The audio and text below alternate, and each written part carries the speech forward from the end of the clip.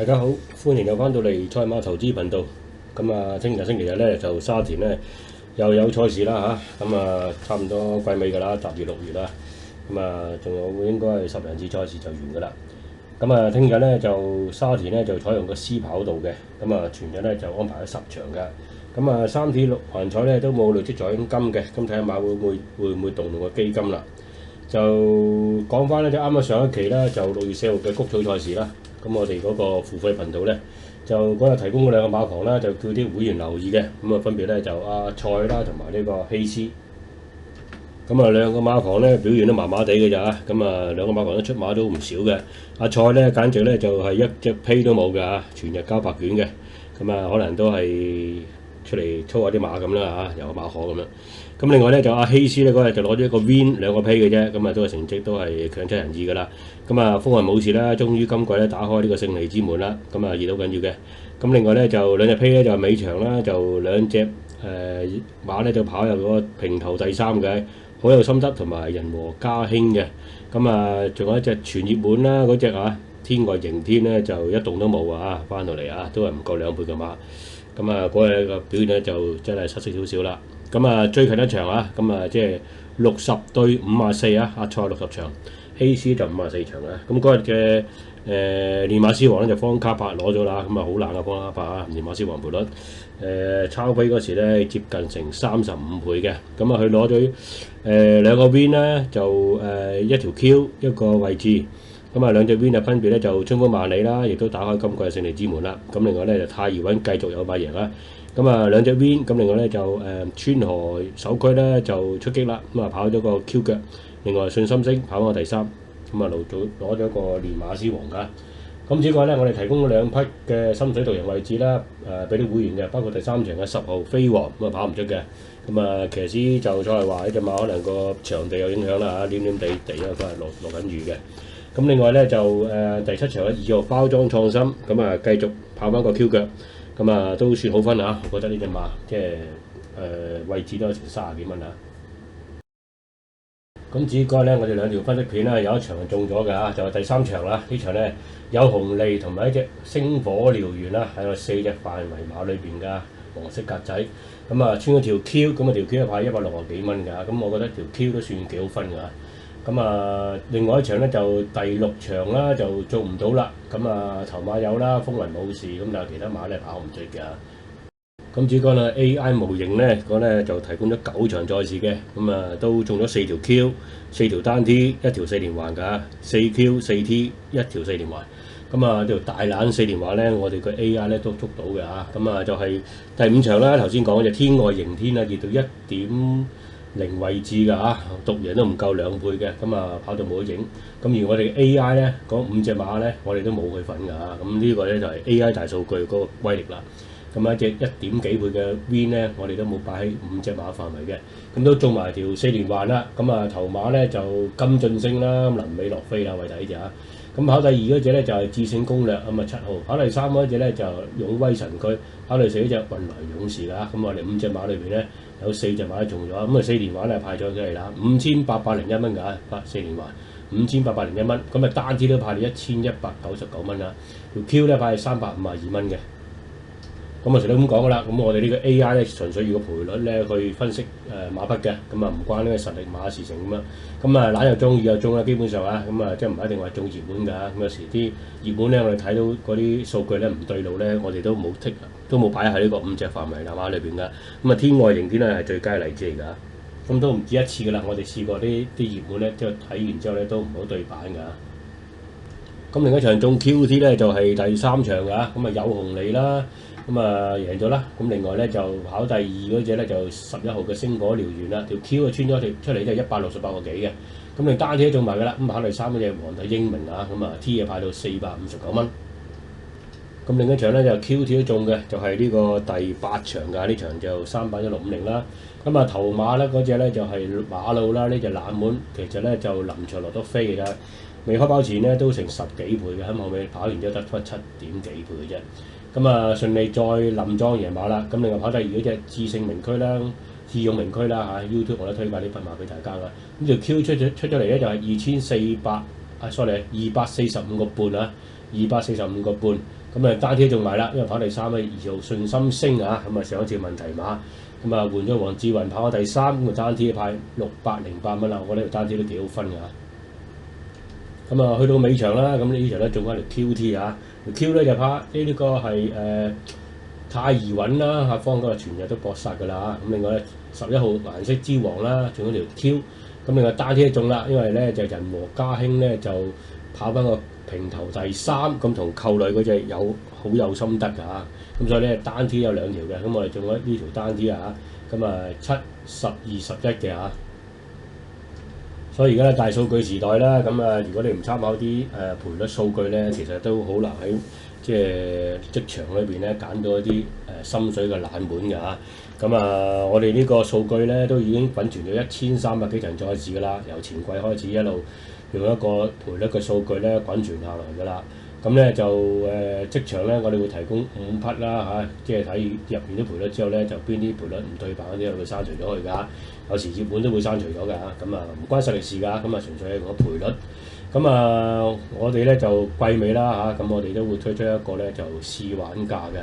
如果大家朋友到而家為止咧都未有啲咩頭緒啦嚇，即係公佈呢個馬會咧，咁亦都可以參考我哋職場嗰5匹範圍馬。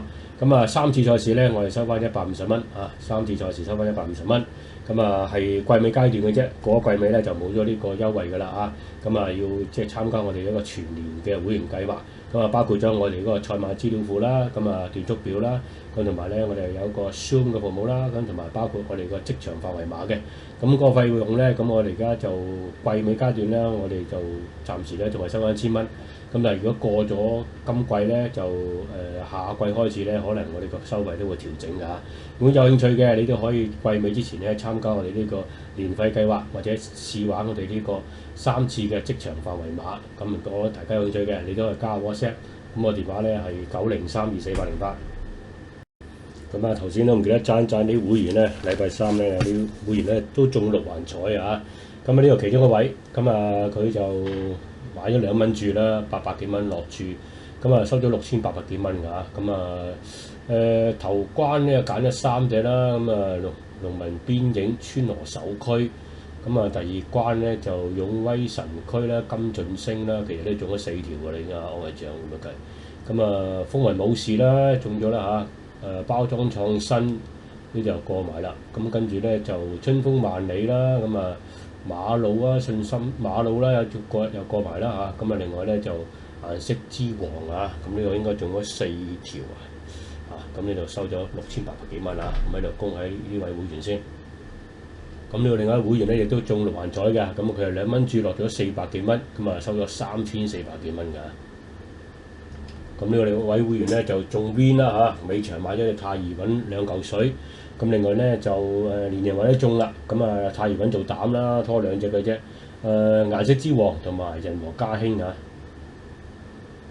咁另外呢位會員咧就中咗我哋第5場嗰條4連環啦，咁啊唔知咪即係跟我哋嗰5隻範圍馬買啦嚇，咁啊揸住運來勇士同埋智勝攻略做雙膽，咁啊拖咗幾隻啦，2、4、6、7隻腳啊，2膽7隻腳咧就係大概係21注嘅啫嚇，21注飛，咁啊10蚊注落注咗210蚊，收咗5801蚊㗎，咁喺度恭喜呢位會員。咁有時啲會員咧都會參考我哋職場嗰5匹嘅範圍馬去揀馬嘅。咁啊，繼續講翻聽日啦，沙田嘅賽事啦，咁啊都係提供2匹嘅心水 win play 啦，俾大家參考下㗎。咁啊，今季咧主要都係提供2匹。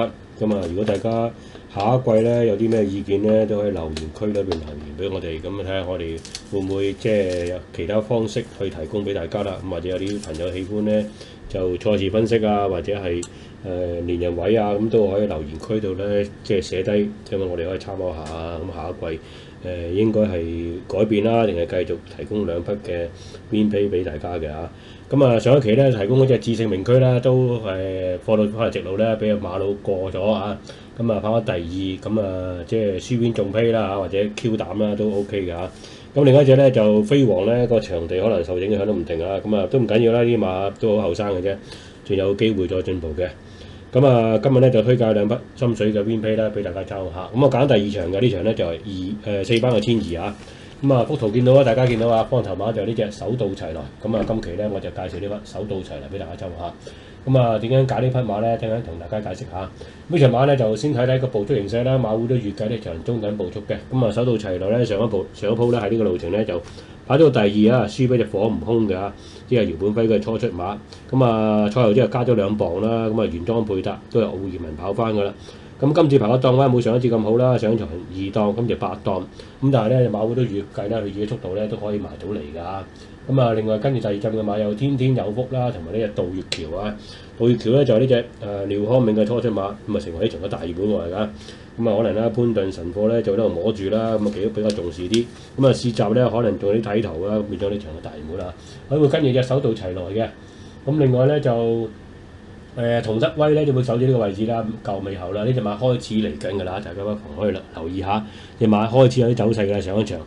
咁啊呢隻馬喺新馬嗰時咧都係有啲明星感覺㗎，即係有啲星味嘅。咁但係咧插班之後咧就可能進度問題啦，或者有啲健康問題啦，譬如蹉跎咗歲月嘅，今季就未有表現㗎。咁但係呢隻馬開始嚟緊有機會喺季尾咧，或者係呢一場開始有變咗唔定㗎。咁啊，另外咧就以兩次嘅威利非凡咧，慣常都會留喺後邊㗎啦，擺喺後邊跑㗎啦。咁啊，今次咧就仍然嗌到拿騎嘅嚇，隔住1個月。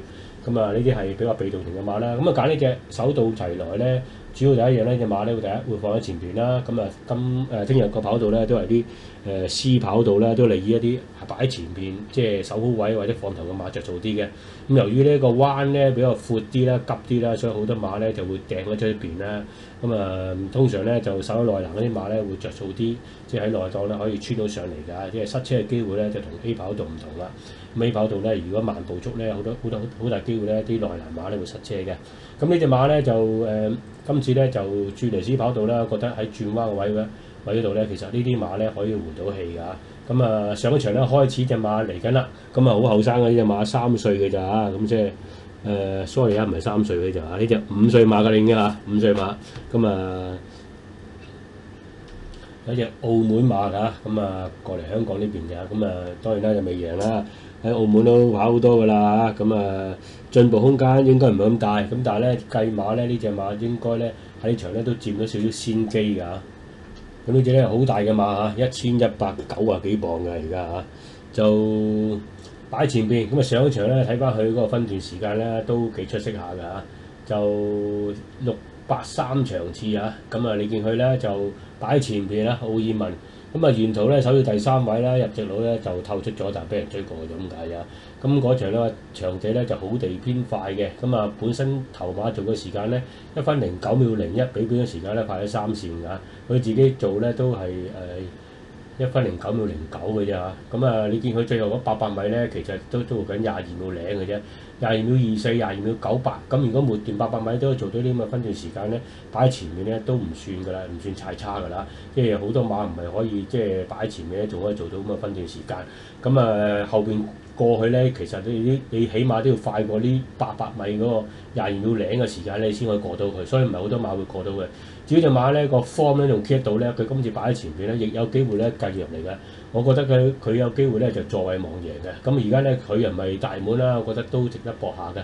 咁啊徐以石呢啲馬房咧都唔使諗㗎啦嚇。咁我覺得有啲馬咧用得到就用㗎啦嚇，因為始終個倉咧都要散靚個招牌啦嚇。咁佢而家賠咧4.3倍，大滿咧杜月橋咧3倍咧，初出馬咧就我覺得有少少熱過龍啊。咁啊即係始終都未跑過啦，喺試閘方面咧，我覺得佢就合格啦。你話好犀利咧，我就唔覺得好犀利嚇。咁啊成為呢場嘅大滿3倍，我覺得不如搏翻隻手到齊來就好啦。咁你放喺出邊，咁你追得到就追唔到咧，佢又到都唔定㗎。咁覺得呢隻馬咧，起碼咧喺實戰上咧都證明俾你睇，杜月橋咧其實佢未即係初次上陣啦。始終我覺得個 Win 個直播率唔係咁高㗎咋。咁其他對手咧就好多都係被動啦，譬如威利非凡啦，都有啲潛質嘅馬，但係咧要擺到好後邊衝啦，咁變咗就蝕底咗個先機啦嚇。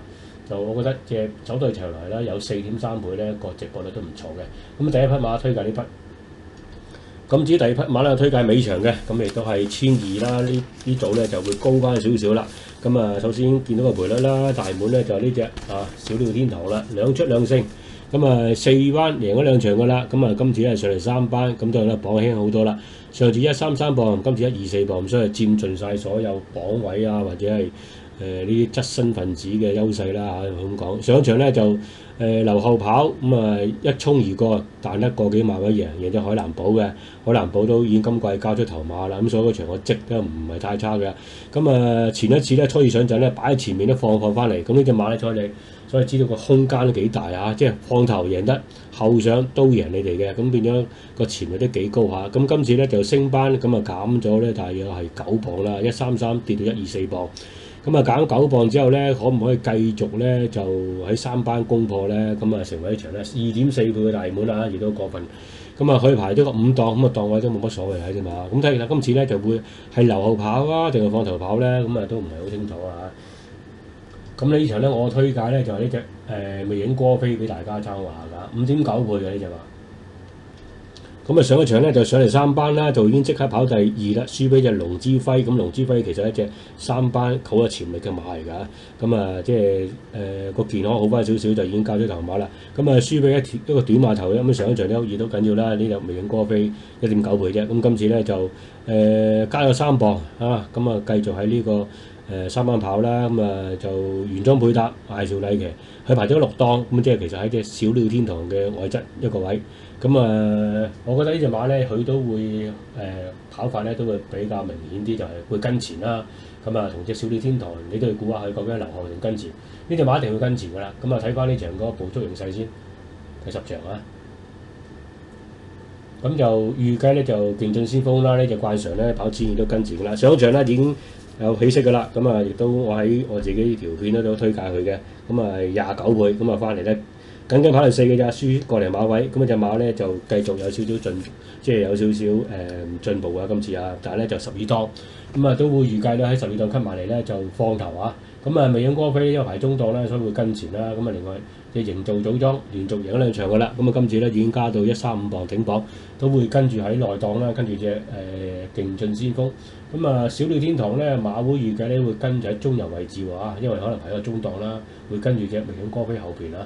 咁另外有個新德啦，都好多人提嘅呢隻馬，咁啊今次因為換咗潘頓上去啦，咁啊排喺11檔，會俾人頂到出邊啊外檔啊，咁另外咧就風再起時啦，都會守住喺中段啦，咁啊健康快車呢隻慣常一擺喺後邊咧就留下衝一段㗎啦，咁今次亦都唔會例外㗎啦，加上咧就布文繼續騎咧都會用一個民政方法策騎擺喺後邊。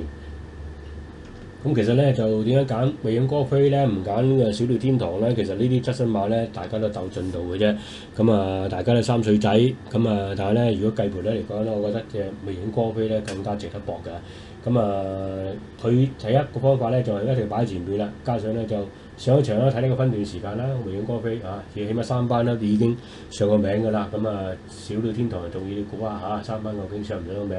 咁啊，當然啦，佢有能力嘅嚇，始終呢隻馬咧潛質都幾豐厚㗎。睇翻呢隻魅影歌飛咧，近2次個走勢啦嚇，584場次即係前一次啦。咁佢咧就喺4班贏㗎，原來跟住第2位，咁啊嗰場咧就偏快步速㗎，咁啊贏咗一場賽事嘅。咁啊見佢拉屎2段咧22.19、22.95啊，都着咗紅色字嘅。咁啊上去3班啦，咁啊佢又守住都喺前置位置啦，3、4位翻嚟跑第2。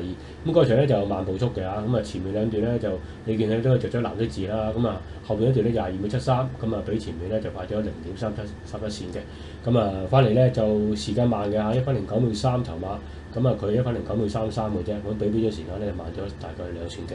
咁其實時間咧就係死嘅啫，咁但係咧就睇隻馬咧就覺得佢已經做咗啲進步喺隻馬，而且呢啲馬咧就即係個跑法咧都比較主動啲啦嚇，跟住喺啲放頭馬後邊咧，除非隻馬突然間失準嘅啫，如果唔係咧，照計呢隻馬咧喺呢一組裏邊咧就入圍嘅機會都幾大啊！咁所以咧我都推介呢匹馬俾大家參考下啦，我覺得佢亦都係有呢個作為望贏嘅資格嘅。